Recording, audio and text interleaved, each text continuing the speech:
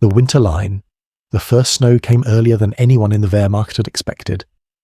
In late October of 1941, as the armoured spearheads of Army Group Center rolled deeper into the Soviet interior, the flakes drifted down silently, almost peacefully, as if nature itself was unaware of the war roaring beneath it.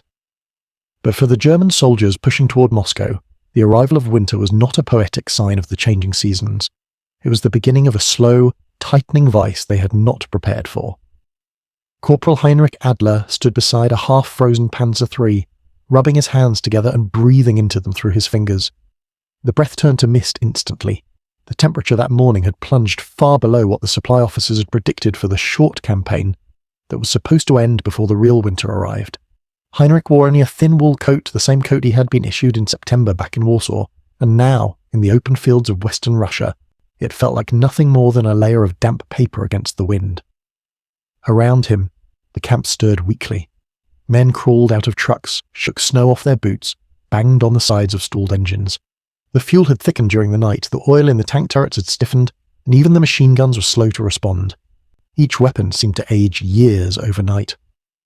Heinrich walked toward the field kitchen, where a line of shivering men waited for coffee that tasted more like warm water. As he approached, Sergeant Weber, an older veteran of the Polish and French campaigns, slapped him on the shoulder. "Welcome to Russia," Weber muttered. "If the Soviets don't kill us, the cold will." Heinrich forced a smile. "Command says we'll reach Moscow soon, maybe before the snow deepens." Weber snorted. "Command said the same thing last month." The truth was, most soldiers knew they were racing time and losing. The roads had turned to mud, then ice.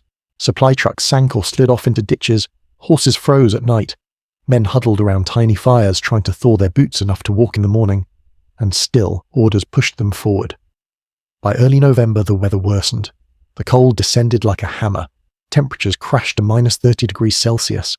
Frostbite spread across the ranks.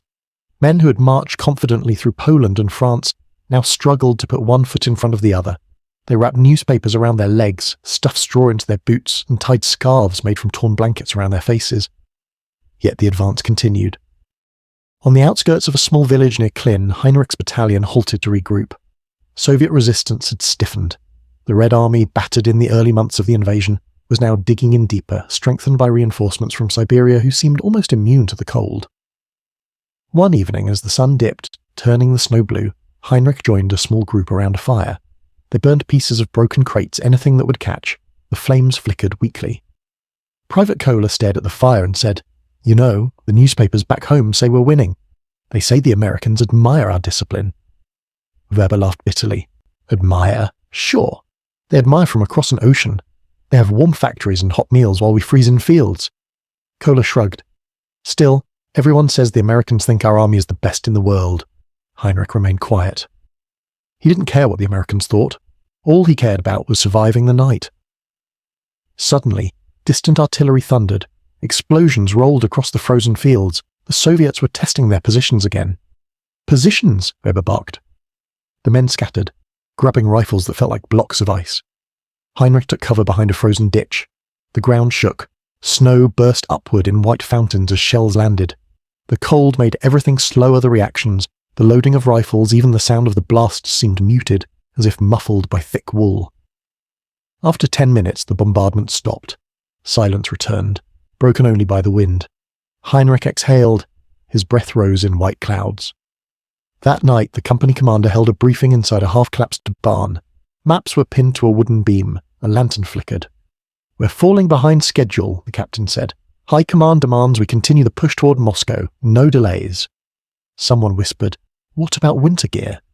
The captain hesitated. "Supplies are coming, but until then, we hold." Heinrich felt a heavy weight settle in his stomach. Supplies always seemed to be coming. Outside, the wind sharpened. Snow hissed across the ground like sand. A week later, the battalion launched another assault toward Klin. The battlefield was a frozen nightmare. Men slipped on ice, bullets cracked against tree trunks, and shells created geysers of snow. Heinrich felt his fingers numb even inside his gloves. At one point, he dropped a magazine simply because his hands refused to respond. During a brief lull, Heinrich pressed his back to the metal armor of a tank only to yelp as his coat froze to the cold steel. Another soldier laughed until his teeth began to chatter uncontrollably. By December, reports spread that the Soviet counterattack had begun. Fresh, winter-trained divisions struck like a storm. German lines, stretched thin and frozen, buckled. One evening, Heinrich felt the first true sense of dread. Before him, a line of comrades marched past, wrapped in blankets, scarves, sheets, anything they could find. Some limped, others stared blankly ahead. The retreat had begun. Heinrich looked at the darkening sky. Snow fell silently, bearing tracks, footprints, hopes. He whispered to himself, "This winter will decide everything."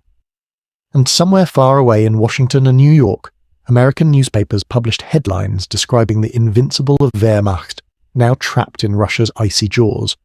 Analysts wondered whether the German war machine could endure such a winter, and many quietly doubted it. Heinrich didn't know what the world thought. All he knew was that the cold was tightening its grip and the war was about to enter its most brutal season.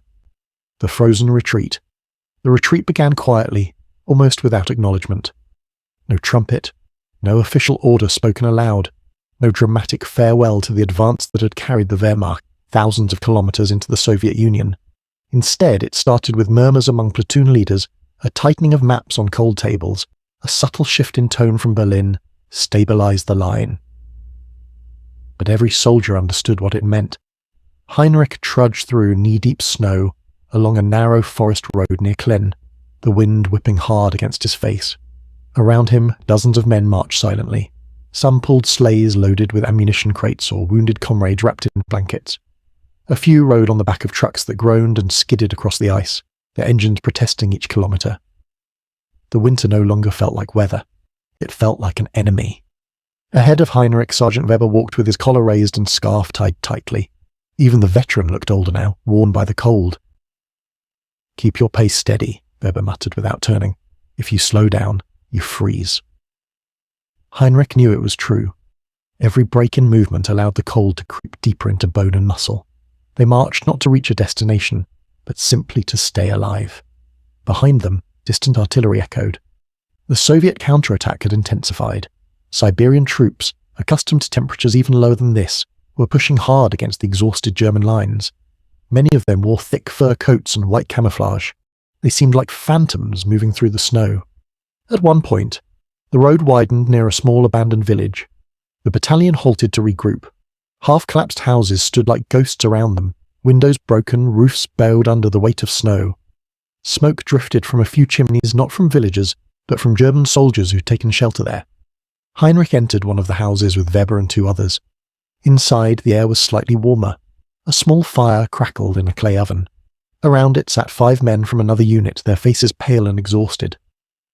"We lost contact with our company," one of them said, rubbing his chin. "Radio stopped working this morning.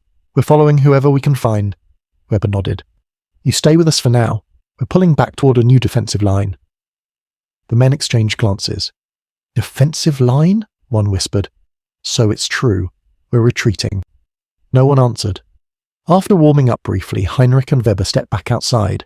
Snowflakes drifted gently. The sky had turned a dull grey, the colour of metal. They continued marching until evening, when the battalion set up a temporary camp in a pine forest.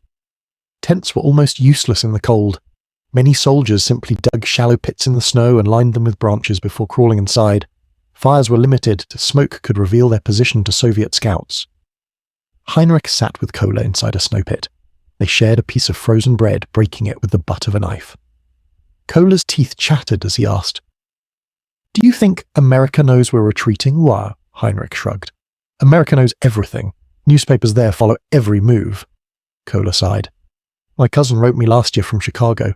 He said Americans think German soldiers are unstoppable. I wonder what they think now." Heinrich didn't respond. He wasn't sure America cared about men like him, cold, hungry, marching through endless white fields. To the world, they were numbers on a map. At midnight, the quiet was shattered by rifle shots in the distance. The forest trembled with the sound. A scout rushed into camp, breath freezing in the air as he spoke. "Soviet patrol approaching from the northeast." Within seconds, the battalion scrambled into defensive positions. Heinrich grabbed his rifle, the metal burning his fingers with cold. He took cover behind a tree trunk and listened. Branches snapped. Snow crunched. Shapes moved between the trees, dark figures slipping silently through the forest. A flare burst overhead, flooding the area with pale light. For a moment, the forest looked almost peaceful. Then the shooting began. Heinrich fired toward the shapes, barely feeling the recoil through numb hands. Bullets cracked past him. Sparks flew as rounds struck trees. Snow plumed up where shots hit the ground. A Soviet soldier rushed toward the nearby foxhole, but Weber and another German cut him down before he reached them. The battle lasted only minutes, but the intensity left Heinrich's heart pounding. When silence returned, it was heavy and eerie. The company commander gathered them for a brief report. "This area is no longer safe. We move immediately." They marched again, deeper into the night. By dawn, after hours of stumbling through forests and open fields, they reached a wider supply road where other German units converged. Trucks, half-tracks, artillery pieces all coated with frost clogged the road. Officers shouted, trying to organize the chaos. "Where's 1st Battalion? Has anyone seen the engineers? Fuel trucks were supposed to arrive last night." Heinrich felt the tension rising. The mighty Wehrmacht, which had raced across Europe with mechanical precision, now looked frayed and disordered under the pressure of the winter. Weber leaned close and whispered, "This is what the Americans don't see. They think our army is a machine. Machines break." A few hours later, shipments of winter gear finally arrived, or what little remained of them. The supply officer handed out fur-lined coats and insulated boots, but there weren't enough for everyone. Some men received proper gear, others made do with patched clothing or civilian coats taken from abandoned villages. Heinrich managed to get a pair of thicker gloves. They felt like a treasure. By afternoon, the battalion reached a small ridge where they were ordered to dig defensive positions. The snow was so hard that shovels bounced off it. Men used bayonets, helmets, even broken pieces of wood to carve out trenches only a meter deep. As the sun set, Heinrich looked across the vast white landscape ahead. Far in the distance, dark silhouettes moved Soviet forces preparing their next push. Weber stood beside him. "This line won't hold for long," he said quietly, "but we hold anyway." Heinrich nodded, gripping his rifle. The winter had taken everything from them: warmth, strength, confidence. But the war was not finished. And the real test, the true struggle of endurance, was still coming. The longest night. The coldest night of the campaign came without warning. Heinrich sensed it even before the sun disappeared. The wind carried a cutting sharpness he had not felt before, as if the air itself had turned to glass. The battalion had finished digging its shallow trenches on the ridge, but the flimsy defences looked pathetic against the wide, merciless landscape ahead. Sergeant Weber walked along the line, inspecting positions. "Keep your extra layers on," he told every soldier. "Don't wait until you're cold. Once the chill gets inside you, it's too late." Heinrich tightened the scarf around his face and crouched in his trench, his rifle across his knees. The snow reflected the fading light, turning everything blue-grey. To the west, the last streaks of orange slipped behind the horizon. Night fell quickly. The temperature plummeted. It felt, Heinrich thought, like the world was being drained of warmth. Across the ridge, other units lit small hidden fires deep within dugouts, careful to shield the flames from Soviet visibility. Men huddled close, sharing the small pockets of heat, but out in the open trenches where Heinrich sat, fire was too dangerous. The sound of the wind replaced everything else, a constant lonely howl. Kohler crawled into Heinrich's trench, shivering violently. "Soviets won't attack tonight," he said, trying to sound confident. "It's too cold." Heinrich shook his head. "They're used to these temperatures. This is nothing for them." Kohler swallowed hard. "Then it's worse for us than I thought." Hours passed with no movement. No distant artillery, no rifle cracks, only the sound of the frozen earth shifting beneath them. Then, around midnight, faint lights appeared on the horizon. Weber's voice rang out quietly. "Stay sharp. Patrol's approaching." Heinrich raised his rifle. His fingers, even inside thick gloves, were stiff. Through the darkness, shapes moved. Soviet scouts dressed in white winter camouflage glided over the snow almost silently. They advanced low, patient, like hunters. A flare went up. For a heartbeat, the ridge was illuminated, snow glimmering silver, soldiers' faces pale and tense, the oncoming figures sharp against the light. Then gunfire erupted. The first Soviet wave rushed forward, shouting in their harsh, clipped language. Bullets snapped overhead. Snow exploded near Heinrich's boots. He fired rapidly, each shot sending a shock up his frozen arms. Weber yelled orders, his breath turning to mist as he moved along the trenches. "Hold the ridge! Keep firing!" But the Soviets kept coming. Their winter coats and padded boots made them look larger, more imposing. Their rifles were well oiled, their movements fast despite the cold. A German machine gun jammed. The gunner cursed, beating on the frozen metal. The Soviets surged closer. Heinrich ducked as a grenade landed nearby, sinking into the snow with a soft thump. He and Kohler both threw themselves flat as the blast sent a shower of ice and dirt into the air. When Heinrich lifted his head again, he saw Soviet infantry climbing toward their line only meters away. "Fall back to the secondary trench," Weber shouted. The battalion pulled back in fragments, firing, moving, slipping, stumbling, trying to maintain some kind of order as the Soviets continued their assault. The secondary trench was deeper, dug earlier in the day by engineers. Heinrich threw himself over the edge and dropped inside, his heart hammered painfully against his ribs. Kohler slid in beside him a moment later, panting hard. "They're not stopping." "They never do," Heinrich said. For nearly an hour the battle raged. The ridge changed hands twice. Snow turned dark where men fell. The cold made every movement slower, every mistake more deadly. Near dawn, the Soviet advance eased. Their attack had pushed deep but had not broken the line completely. The exhausted Germans held the ridge barely. But it was victory in name only. When the fighting ended, Heinrich looked around and saw the consequences. The trenches were filled with groans, quiet cries from medics, men slumped against the walls in shock. Weber limped toward Heinrich, blood on his sleeve. "Headquarters wants us to prepare for another attack tonight," he said bitterly. "They think the Soviets will try again."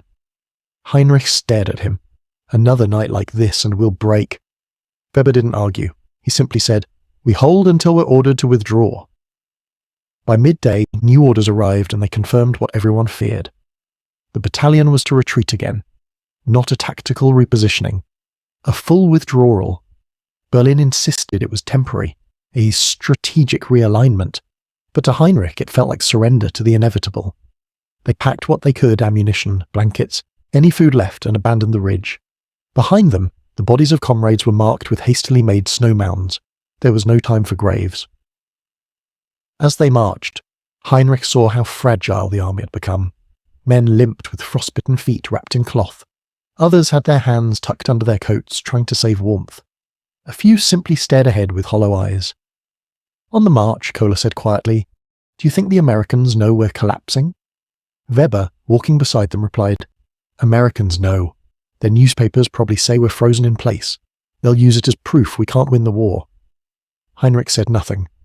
He wondered what the Americans saw when they looked at maps. Arrows moving backward, German divisions thinning, the unstoppable machine finally slowing. But they would never understand the cold, the true enemy.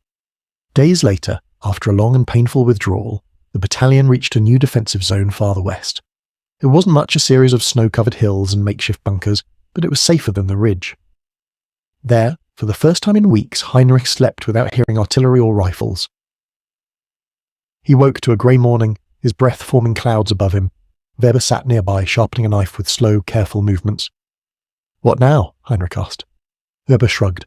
"We hold, we wait for spring, and pray we last that long." Heinrich looked out at the winter landscape, endless white, empty fields, distant forests standing like black guardians. He thought about the thousands of soldiers across the front facing the same cold, the same exhaustion, the same fear. He thought about how the world, including America, judged the war from afar through newsprint, radio broadcasts, and maps, never feeling the sting of this wind. And he realized something simple. The winter had defeated them long before the enemy did. He closed his eyes, breathed deeply, and whispered the only truth that mattered. "This winter will be remembered."